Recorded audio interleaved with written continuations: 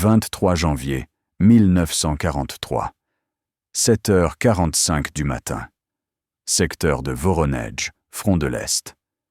Le givre craquait sous les bottes du maréchal Sergueï Kouznetsov alors qu'il observait le jeune artilleur français à travers ses jumelles. Dans l'air glacial de -30 degrés, sa respiration formait des nuages blancs qui masquaient momentanément sa vue. À 80 mètres devant lui, sergent-chef Pierre Billotte, 24 ans, ajustait méthodiquement les paramètres de visée de son canon anti-char de 75 mm. Les mains de Billotte ne tremblaient pas malgré le froid mordant, malgré les regards sceptiques des artilleurs soviétiques qui l'entouraient, malgré le grondement lointain mais distinct des chars allemands qui approchaient. Ce que Kouznetsov ne pouvait pas savoir, ce que personne sur cette crête glacée ne pouvait imaginer, c'est que dans les 3 heures suivantes, ce Français silencieux allait accomplir un exploit de précision balistique si extraordinaire qu'il deviendrait légendaire dans les archives militaires soviétiques. Un tir unique à une distance considérée comme impossible, effectué dans des conditions météorologiques catastrophiques, qui stopperait net la plus importante offensive blindée allemande de l'hiver. Les mathématiques de la victoire étaient sur le point d'être réécrites par un homme que ses propres alliés soviétiques avaient qualifié quelques jours plus tôt de simple technicien français, trop jeune, trop inexpérimenté pour comprendre la vraie guerre de l'Est. Billotte n'était pas comme les autres artilleurs français du bataillon Normandie-Niemen. Fils d'un ingénieur de chez Schneider-Creusot, il avait grandi parmi les canons, les tables de tir et les calculs balistiques. Son père, Louis Billotte, avait consacré sa vie à perfectionner les systèmes d'artillerie français. Le jeune Pierre avait appris à calculer des trajectoires avant de savoir écrire des poèmes. À 16 ans, il pouvait réciter de mémoire les tables balistiques du canon de 75 mm, modèle 17. À 18 ans, il comprenait la physique atmosphérique mieux que ses professeurs. Quand la France était tombée en juin 1940, Pierre Billotte avait 19 ans. Son père l'avait fait évacuer vers l'Angleterre avant l'armistice, emportant avec lui une collection de manuels techniques et un journal dans lequel Louis avait inscrit 30 ans de notes sur l'artillerie. Ce journal, relié de cuir noir et rempli de diagrammes précis, ne quittait jamais Pierre. Les forces françaises libres l'avaient envoyé en Union soviétique en octobre 1942, avec un groupe de volontaires destiné à renforcer les unités françaises combattant aux côtés de l'armée rouge. Les soviétiques avaient d'abord refusé de lui confier une pièce d'artillerie. À 24 ans, avec son visage d'adolescent et ses manières polies, Billotte ne ressemblait pas à un guerrier aguerri. Le capitaine soviétique Dimitri Volkov, commandant l'artillerie du secteur, avait été direct lors de leur première rencontre. « Nous ne jouons pas aux soldats ici, Français. L'artillerie soviétique demande de l'expérience, du courage et une compréhension viscérale de la guerre, pas des calculs de salon parisien. » Billotte n'avait rien répondu. Il avait simplement sorti son journal noir et montré à Volkov une série de calculs. Des trajectoires compensées pour le vent latéral, des ajustements pour la température extrême, des formules pour tirer sur des cibles mobiles à distance maximale. Volkov avait parcouru les pages, son scepticisme initial se transformant progressivement en intérêt, puis en respect prudent. « D'accord, Français. Nous verrons si vos mathématiques fonctionnent quand les panzers chargent. » Janvier 1943 marquait le tournant de la bataille de Stalingrad. Les Allemands, encerclés et désespérés, lancèrent des contre-offensives furieuses pour dégager leurs forces piégées. L'opération Wintergewitter, tempête d'hiver, avait pour objectif de percer les lignes soviétiques et d'établir un corridor vers la 6e armée de von Paulus. Pour cette offensive critique, les Allemands avaient concentré leurs meilleures unités blindées.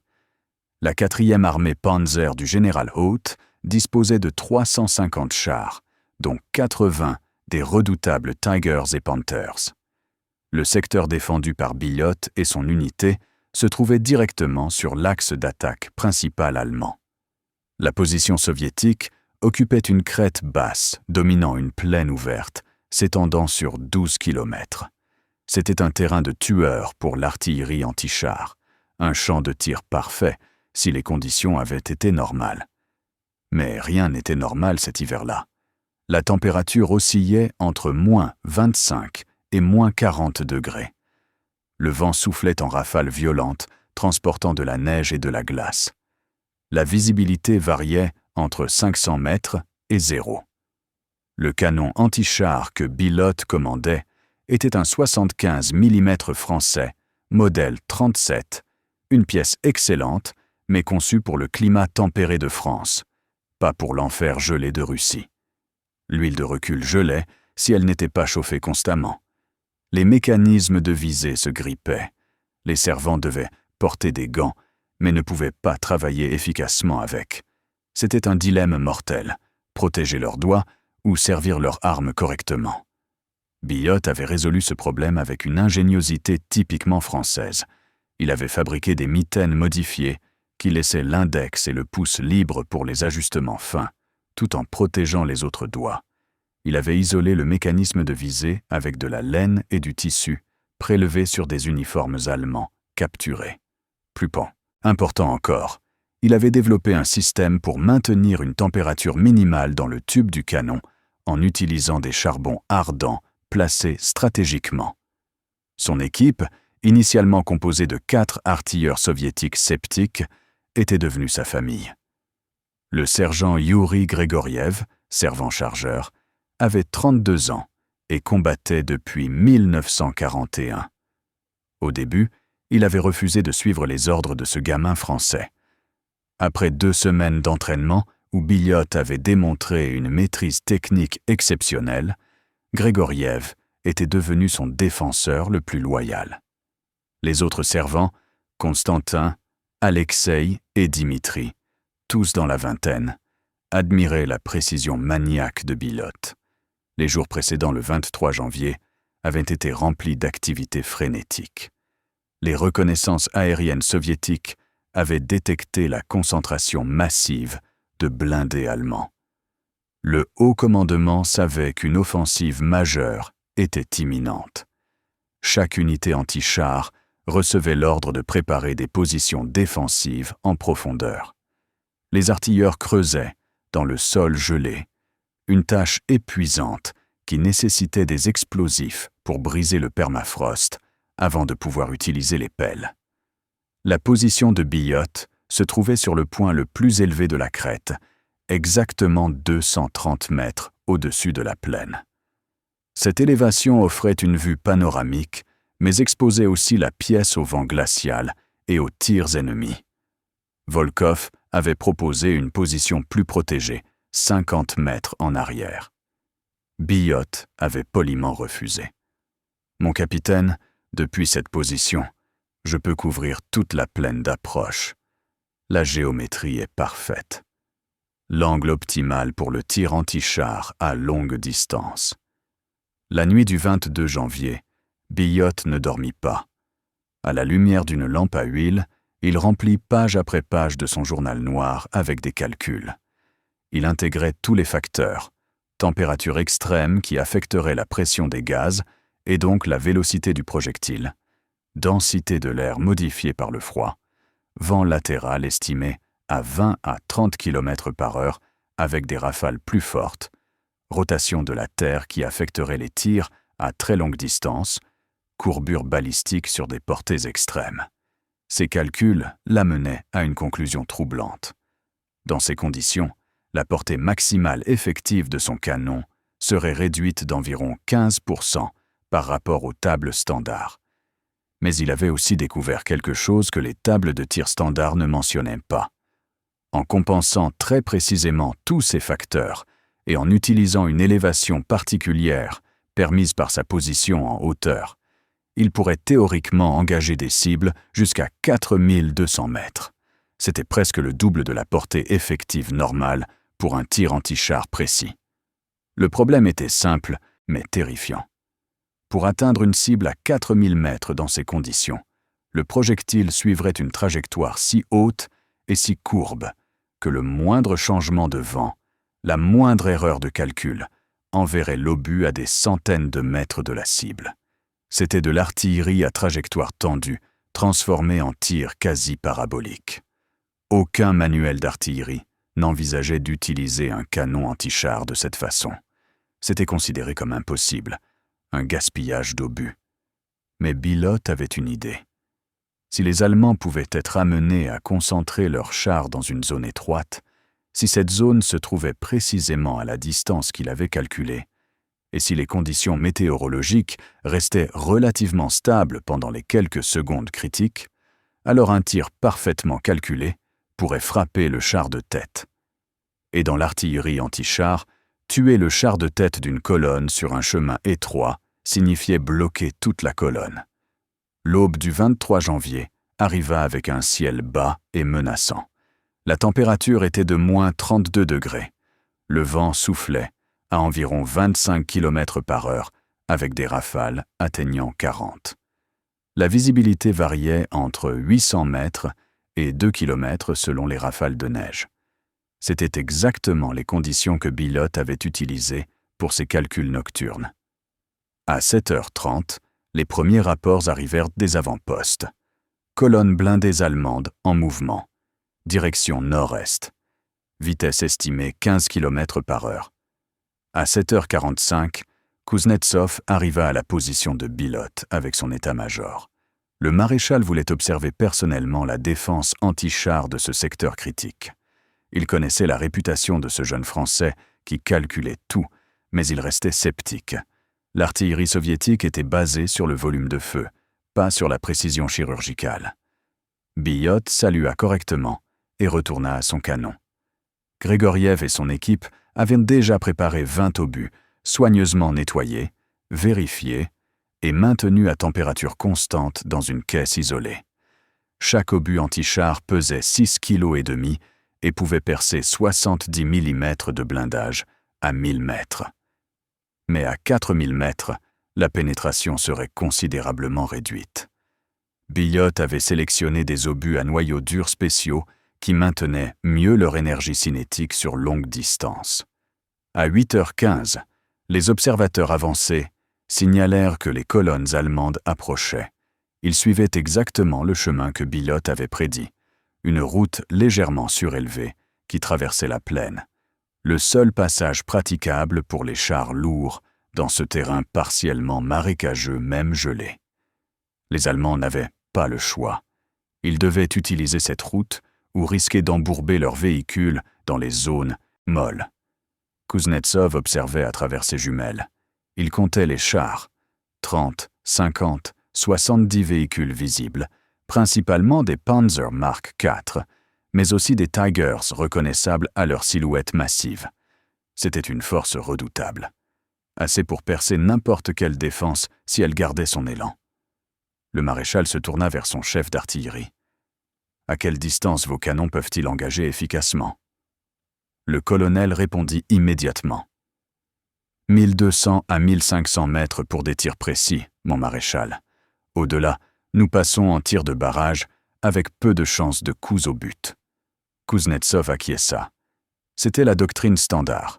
Attendre que l'ennemi soit à portée effective, puis déchaîner un déluge de feu. La quantité compensait le manque de précision. C'était ainsi que l'armée rouge combattait, submergeant l'ennemi sous un tonnerre d'acier. Billotte se tenait près de son canon, immobile comme une statue. Ses yeux ne quittaient pas la plaine. Il avait positionné 2 observateurs avec des jumelles. Un à 100 mètres sur sa gauche, l'autre à 100 mètres sur sa droite. Cette triangulation lui permettrait d'estimer avec précision la distance de la colonne ennemie. Grégoriev était prêt au mécanisme de chargement. Constantine attendait près des obus, prêt à passer les projectiles. Alexei et Dimitri se tenaient aux ajustements de direction et d'élévation. À 8h42, les chars allemands atteignirent le point que Billotte avait marqué dans ses calculs. Distance exacte, 4180 mètres. C'était le moment. L'observateur de gauche signala « distance 4200 mètres environ ». vent latéral de l'ouest, 28 km/h. Billotte consulta son journal noir une dernière fois. Ses doigts suivaient les colonnes de chiffres qu'il avait préparées. Direction, 42 degrés. Élévation, 18 degrés. Compensation latérale, 3 degrés à droite. Ses mains bougèrent sur les contrôles avec une précision mécanique. Le tube du canon pivota lentement, s'élevant à un angle qui sembla bizarre à tous les observateurs.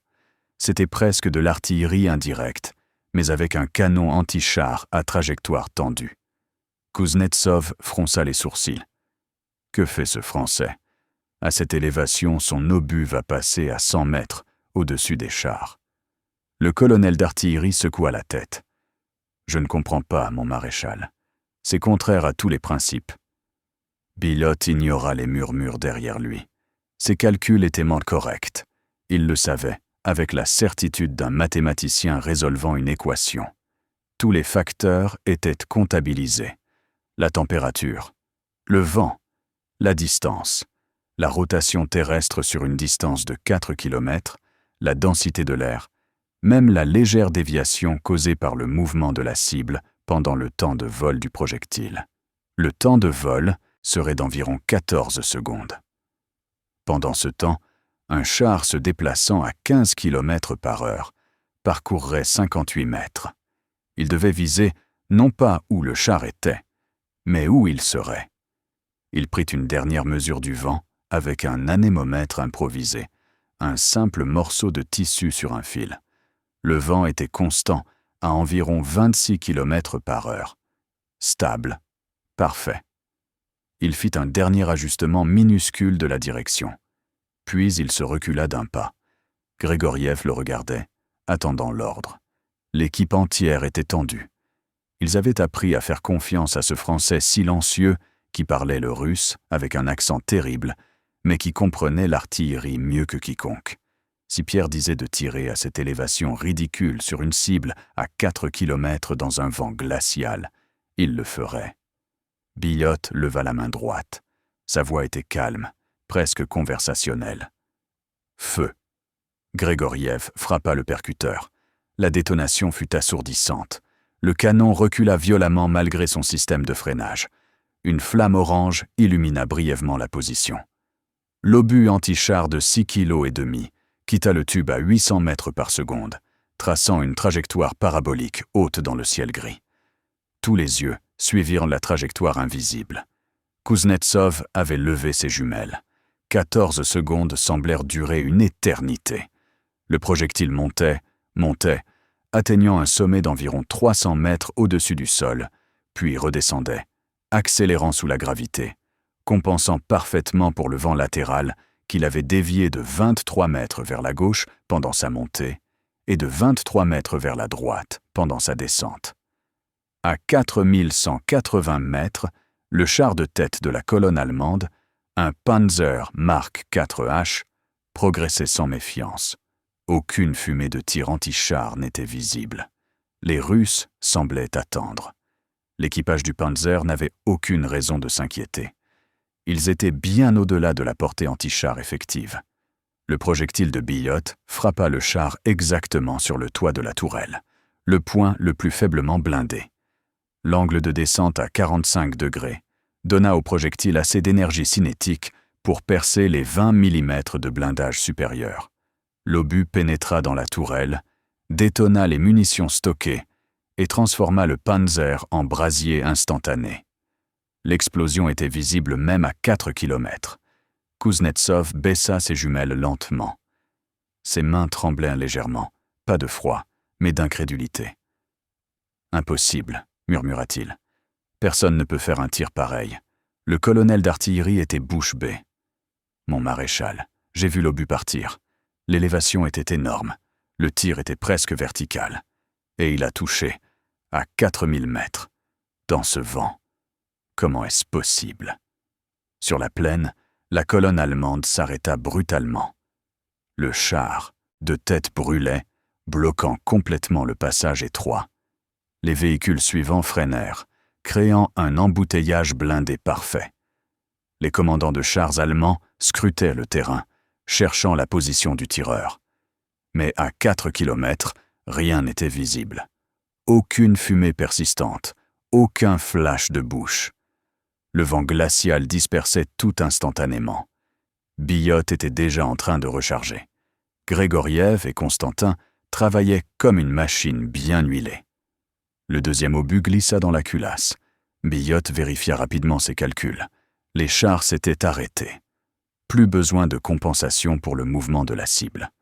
Mais le vent avait légèrement changé. Maintenant, 29 km/h.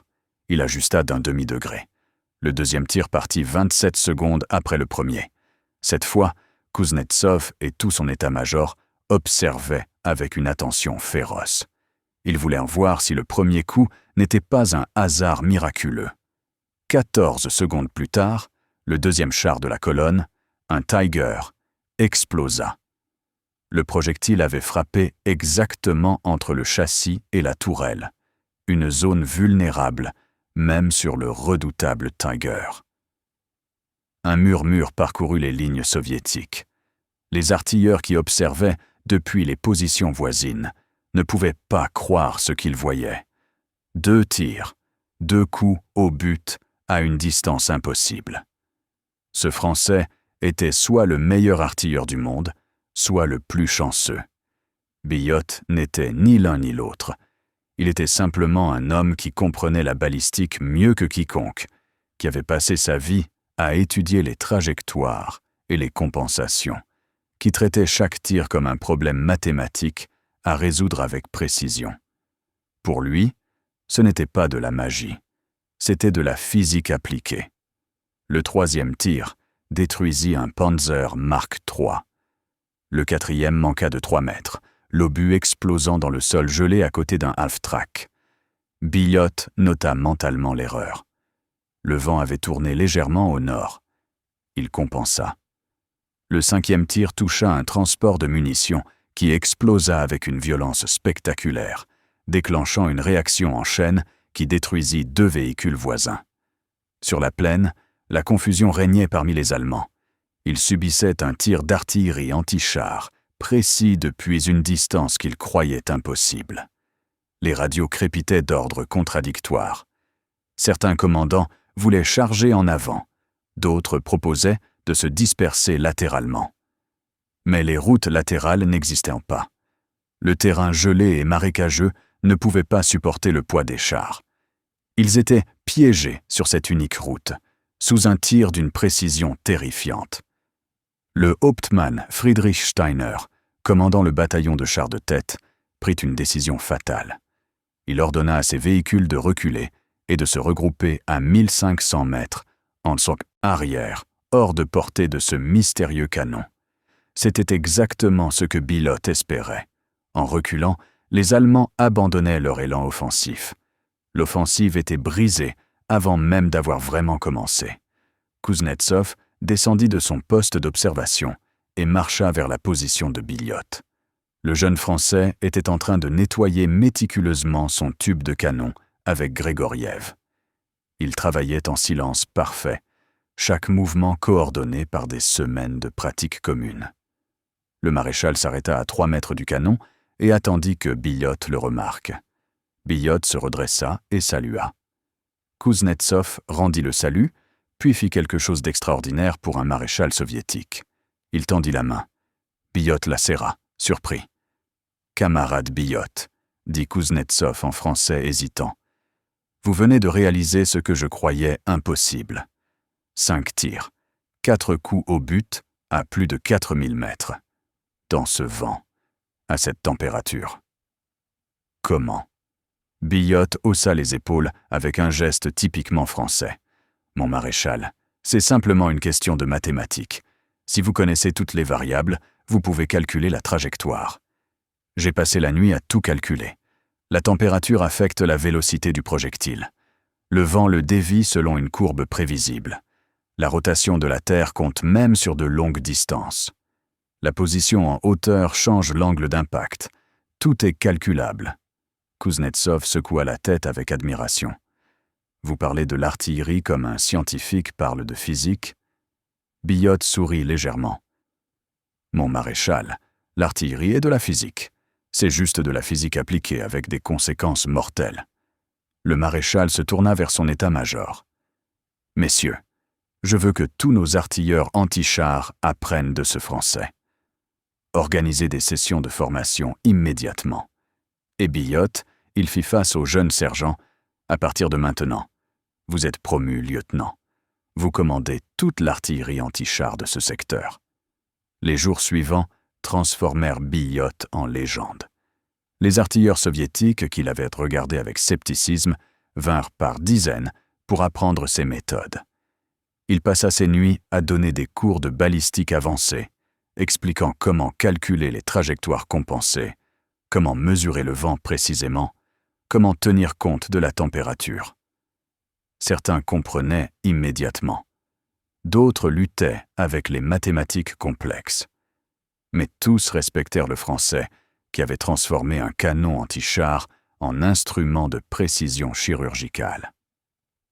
Le 28 janvier, les Allemands tentèrent une nouvelle offensive sur le même axe. Cette fois, ils savaient qu'un tireur d'élite anti-char les attendait. Ils modifièrent leur tactique, envoyant d'abord de l'infanterie pour repérer les positions anti-chars, puis des chasseurs de chars pour les supprimer, enfin les panzers pour exploiter les brèches. Billotte les attendait. Il avait maintenant 3 canons sous son commandement, positionnés en triangle pour créer des feux croisés. Quand l'infanterie allemande avança, les mitrailleuses soviétiques les clouèrent au sol. Quand les chasseurs de chars apparurent, Billotte ouvrit le feu à 3800 mètres, une distance où les Allemands ne s'attendaient pas à être engagés. 2 chasseurs de chars furent détruits avant même de pouvoir identifier la source du tir. Les panzers qui suivaient se heurtèrent à un déluge coordonné. Billotte dirigeait ses 3 canons comme un chef d'orchestre dirigeant une symphonie mortelle. Canon 1, cible à 4100 mètres, orientation 38 degrés. Canon 2, cible à 3900 mètres, orientation 42 degrés. Canon 3, tir de suppression sur la zone de regroupement, 4500 mètres. Les servants travaillaient avec une précision mécanique.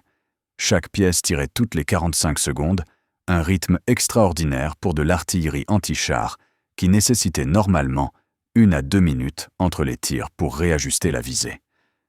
Mais Billotte avait préparé des tables de tir précalculées pour 20 positions différentes sur la plaine d'approche. Ses servants n'avaient qu'à suivre les instructions, appliquer les ajustements notés et tirer. En 2 heures, 14 chars allemands furent détruits, 23 autres endommagés. L'offensive s'effondra dans le chaos. Le général-major Hans Detloff von Kossel, commandant la division blindée, ordonna le repli. Dans son rapport au haut commandement, il nota « Impossible de progresser face à une artillerie anti-char d'une précision incompréhensible. L'ennemi frappe nos véhicules à des distances, dépassant largement les capacités théoriques de leurs armes.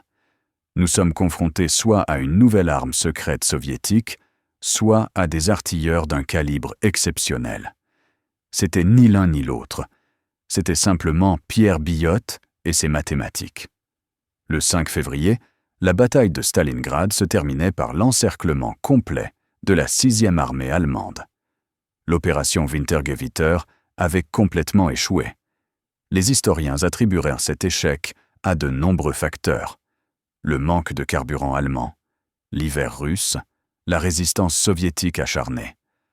Peu mentionneraient le rôle d'un seul artilleur français qui avait bloqué l'axe d'attaque principal en détruisant 4 chars avec 5 tirs à une distance considérée comme impossible. Mais dans les archives militaires soviétiques, dans les rapports confidentiels du Stavka, l'histoire était différente. Le maréchal Kouznetsov écrivit personnellement une recommandation pour que Billotte reçoive le titre de héros de l'Union soviétique. Dans son rapport, il nota « Le lieutenant Billotte a démontré une maîtrise technique de l'artillerie qui dépasse tout ce que j'ai observé en 30 ans de service. Son tir du 23 janvier à 4180 mètres restera dans l'histoire militaire comme un exemple de ce que la science et le courage peuvent accomplir ensemble. Biot ne reçut jamais cette décoration. Les autorités soviétiques décidèrent qu'honorer un Français pourrait créer des complications politiques. Mais tous les artilleurs qui servirent avec lui racontèrent dans son histoire. Elle se répandit à travers l'armée rouge, embellissant parfois les détails, mais préservant l'essence. Le jeune Français qui avait stoppé une offensive blindée allemande avec un seul canon et des mathématiques. Grégoriev, son servant chargeur loyal, survécut à la guerre et retourna à Leningrad.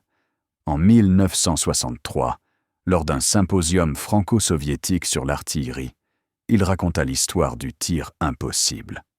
« Je l'ai vu de mes propres yeux », dit-il aux ingénieurs incrédules. Pierre a transformé un canon anti-char en instrument de précision. Il calculait tout, le vent, la température, même la rotation de la Terre. Quand il disait tirer, nous tirions, et nous touchions, toujours. Les ingénieurs français présents demandèrent des détails techniques. Grégoriev sortit un carnet usé, une copie qu'il avait faite des calculs de Biot. Les pages étaient couvertes de formules, de diagrammes de trajectoire, de tables de compensation. Les ingénieurs les étudièrent avec fascination. « Ces calculs sont corrects », dit l'un d'eux, un spécialiste de balistique de chez Nexter. En théorie, un tir à cette distance est possible avec ces compensations. Mais en pratique, dans des conditions de combat, avec un vent variable et une température extrême, c'est presque miraculeux qu'il ait réussi. « Presque miraculeux », répéta Grégoriev avec un sourire. Mais Pierre ne croyait pas au miracle. Il croyait aux mathématiques. Et les mathématiques ne mentent jamais. Pierre Biot survécut à la guerre. Il retourna en France en 1945 et rejoignit Schneider-Creusot comme ingénieur d'artillerie, poursuivant le travail de son père. Il participa au développement des systèmes de contrôle de tir pour les canons français d'après-guerre. Il ne parla presque jamais de son exploit en Russie, considérant que c'était simplement son devoir. En 1978, un historien militaire britannique, le colonel David Fraser, retrouva Biot à Paris. Fraser préparait un livre sur l'artillerie anti-char pendant la Seconde Guerre mondiale. Il avait lu les rapports soviétiques déclassifiés mentionnant un artilleur français qui avait réalisé des tirs impossibles près de Voronezh. Lors d'une interview dans l'appartement parisien de Biot, Fraser demanda comment il avait réussi ce tir légendaire. Biot, alors âgé de 59 ans, réfléchit longuement avant de répondre. « Colonel Fraser, dit-il enfin. Il n'y a rien de miraculeux dans ce que j'ai fait. Mon père m'avait appris que l'artillerie est une science, pas un art. Si vous comprenez la physique, si vous mesurez soigneusement toutes les variables, si vous calculez correctement la trajectoire, alors le projectile ira où vous voulez qu'il aille. C'est aussi simple que cela. Mais les conditions étaient extrêmes, insista Fraser. Le vent, le froid, la distance. Biot haussa les épaules. Les conditions étaient ce qu'elles étaient. Je les ai mesurées, je les ai intégrées dans mes calculs et j'ai tiré. Le reste était de la physique pure. Fraser demanda s'il pouvait voir le journal noir légendaire. Biot le sortit d'un tiroir. Les pages étaient jaunies, certaines tachées de boue et de sang. Fraser les parcourut avec révérence. Les calculs étaient d'une complexité extraordinaire. Des équations différentielles, des compensations pour une douzaine de variables, des diagrammes de trajectoire annotés en français et en russe. Ces pages, dit Fraser avec émotion, devraient être dans un musée militaire. Elles représentent le summum de la science de l'artillerie. Biot secoua la tête. Ces pages ne sont que des mathématiques, colonel. Ce qui mérite d'être dans un musée, c'est le courage des hommes qui ont servi ces canons dans le froid mortel. Grégoriev, Constantin, Alexeï, Dimitri. Eux étaient les vrais héros. Moi, j'étais juste l'homme avec les calculs. L'histoire de Pierre Biot fut finalement reconnue officiellement en 1987, lorsque le gouvernement soviétique, dans le cadre de la glasnost, déclassifia de nombreux documents militaires. Les rapports de Kouznetsov furent rendus publics, révélant l'exploit du jeune artilleur français qui avait stoppé une offensive allemande avec des mathématiques et un seul canon. La reconnaissance vint tard, mais elle vint. Le gouvernement français lui décerna la Légion d'honneur. L'Armée rouge, désormais russe, l'honora à titre posthume, car Billotte était décédé en 1985. Mais plus important que les médailles, son héritage vivait dans les manuels d'artillerie. Les écoles d'artillerie françaises et russes enseignaient encore le tir de Billotte comme exemple ultime de précision balistique sous conditions extrêmes. Les statistiques du secteur de Voronezh en janvier 1943 racontaient l'histoire complète. Artillerie anti-char soviétique standard. Portée effective, 1200 mètres. Taux de réussite à 1000 mètres, 40%. Taux de réussite à 1500 mètres, 15%. Pierre Billotte, portée effective démontrée, 4200 mètres. Taux de réussite à 4000 mètres, 80%. Sur 5 tirs. Distance moyenne de ces 23 coups au but confirmé, 3700 mètres. Aucun autre artilleur, soviétique, français, allemand, britannique ou américain, n'égala jamais ses performances. Le tir du 23 janvier 1943 représentait plus qu'un exploit technique extraordinaire. Il symbolisait la victoire de la science sur la force brute, de l'intelligence sur la puissance. Les Allemands avaient lancé 350 chars contre les lignes soviétiques. Un seul Français, avec un canon et des mathématiques, avait brisé leur offensive. Pas par la chance, pas par un miracle, mais par une compréhension profonde de la physique et une application méticuleuse de principes scientifiques. L'impact psychologique sur les Allemands fut considérable. Les rapports d'interrogatoire des prisonniers capturés après l'échec de l'opération Wintergewitter mentionnaient fréquemment la peur des tirs d'artillerie anti-chars à longue distance. Les commandants de chars allemands développèrent une nouvelle tactique. Ne jamais rester groupés, disperser les véhicules au maximum, éviter les routes étroites, même si cela ralentissait la progression. Ces changements tactiques, motivés en grande partie par la terreur inspirée par les tirs impossibles de Billotte, réduisirent l'efficacité des offensives blindées allemandes sur tout le front de l'Est. Le colonel von Kossel, dont la division avait subi les tirs de Billotte, survécut à la guerre et fut interrogé par des historiens alliés en 1952. Quand on lui demanda quel moment de la guerre l'avait le plus marqué, sa réponse fut surprenante.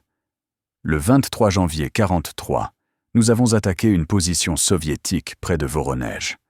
Nous avions une force écrasante, 300 chars contre peut-être 50 canons anti-chars russes. Nous étions confiants. Puis nos chars de tête ont commencé à exploser à une distance où nous pensions être en sécurité. Un tir, un char détruit. Un autre tir, un autre char. Une précision chirurgicale à plus de 4 kilomètres. J'ai compris à ce moment que nous ne combattions plus seulement le courage russe et l'hiver, mais aussi une maîtrise technique que nous avions sous-estimée. Si les Russes avaient 100 artilleurs de ce calibre, nous aurions perdu la guerre en 6 mois. Ils n'avaient qu'un seul Pierre Billotte. Mais un seul avait suffi pour changer le cours d'une bataille, pour briser une offensive, pour démontrer que la science et le courage combinés pouvaient triompher de la puissance brute.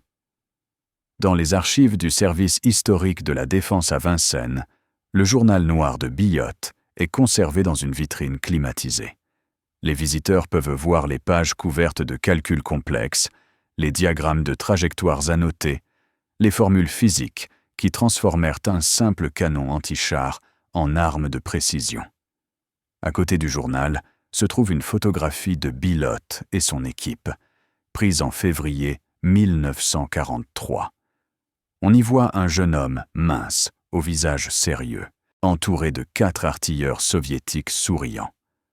Grégoriev a passé son bras autour des épaules de Billotte dans un geste de camaraderie totale. La légende sous la photographie, écrite en français et en russe, résume tout. Lieutenant Pierre Billotte et son équipe, secteur de Voronej, février 1943. L'homme qui stoppa une armée avec des mathématiques. L'héritage de Billotte dépasse largement ce moment unique de gloire. Après la guerre, les principes qu'il avait développés furent intégrés dans les systèmes de contrôle de tir modernes. Les ordinateurs balistiques, qui équipent aujourd'hui l'artillerie de précision, utilisent essentiellement les mêmes calculs que Billotte effectuait à la main dans le froid glacial de l'hiver russe. La différence est que les ordinateurs font ces calculs en millisecondes, tandis que Billotte prenait des heures pour arriver au même résultat. Mais aucun ordinateur ne possède le courage qu'il fallait pour rester debout à côté d'un canon anti-char exposé, dans le froid mortel, sous la menace constante des tirs ennemis, et exécuter calmement une série de calculs complexes avant chaque tir. Aucun algorithme ne peut reproduire la détermination qu'il fallait pour convaincre des artilleurs sceptiques de faire confiance à des mathématiques contre leur instinct et leur expérience. Aucun programme ne peut capturer l'esprit scientifique qui permit à Billotte de voir au-delà des limites acceptées et de réaliser l'impossible. Le tir du 23 janvier 1943 reste gravé dans l'histoire militaire comme exemple ultime de précision balistique. 4180 mètres, vent latéral de 26 km/h, température de moins 32 degrés, cible mobile, condition qui aurait non fait abandonner n'importe quel artilleur raisonnable. Mais Pierre Billotte n'avait pas abandonné. Il avait calculé, ajusté, visé et tiré. Et son obus avait trouvé sa cible avec une précision que même les ordinateurs modernes admirent. Les Soviétiques avaient douté du jeune artilleur français. Ils l'avaient regardé avec scepticisme, le considérant comme trop jeune, trop inexpérimenté, trop théorique. Puis, ils l'avaient vu accomplir l'impossible. Et ce tir unique, ce coup parfait à travers le ciel glacial de Russie, avait transformé leurs doutes en admiration, leur scepticisme en respect, leur moquerie en légende.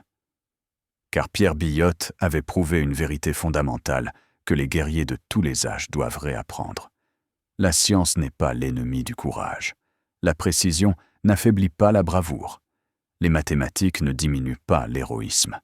Au contraire, quand la science, le courage et la détermination se combinent en un seul homme, les résultats peuvent être extraordinaires.